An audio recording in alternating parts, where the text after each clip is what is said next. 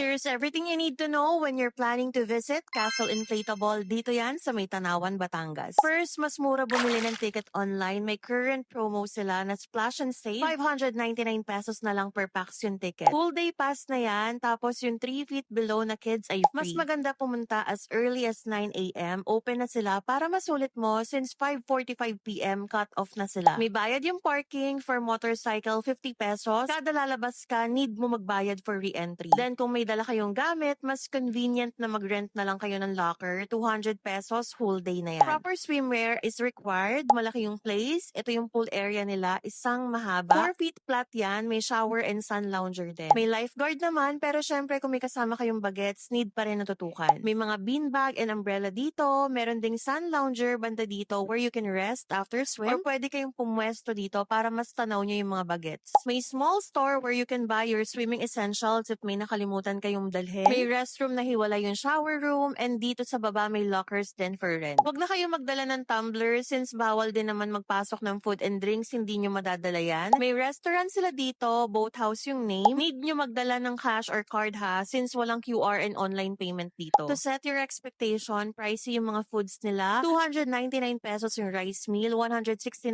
pesos ang isang slice ng pizza, and nasa 45 or 49 pesos ata yung water bottle. Malaki yung space nila ng inflatables, mayroong iba't ibang activities, depende sa inyo. Nandito din yung 45 feet na biggest inflatable slide, may maze, at itong obstacle course na napakahaba. Bawal ang kahit anong accessories and need na naka-socks. Pwede yung aqua shoes if meron naman kayo. Pwede dito yung team buildings kasi perfect talaga siya pang group or family. Medyo marumi lang yung ibang inflatables nila given na naiiwan yung sand dun sa inflatables, pero sana mas ma-improve nila since mostly ng mga gagamit kids na. Kaya hindi na namin trinay yung iba kasi both kami ng sister ko ay may skin asthma. All in all, dito kami nag-enjoy sa may swimming pool nila. Babad na babad kaya ang lala ng sunburn namin. Ang ganda kasi ng ocean view, kahit tanghaling tapat ang presko, maliwalas, tapos warm din yung water kaya ang sarap lang talaga magbabad. Sa pool pa lang, sulit na namin yung ticket. We went on a weekday kaya siguro hindi crowded. As in, ang daming space. To sum up everything, it was a good experience. Para kami bumalik sa pagkabata. Pwede to sa mga kids at kids at heart like us. Kung gusto nyo ng kakaibang date experience or activity or a family getaway before mag-back to school, mas okay din kung Castle Inflatable lang yung ticket na bibilhin nyo para ma-enjoy nyo siya whole day. Nakatutok lang kayo dun sa may Castle Inflatable para masulit nyo talaga. O siya, tara, biyahe tayo!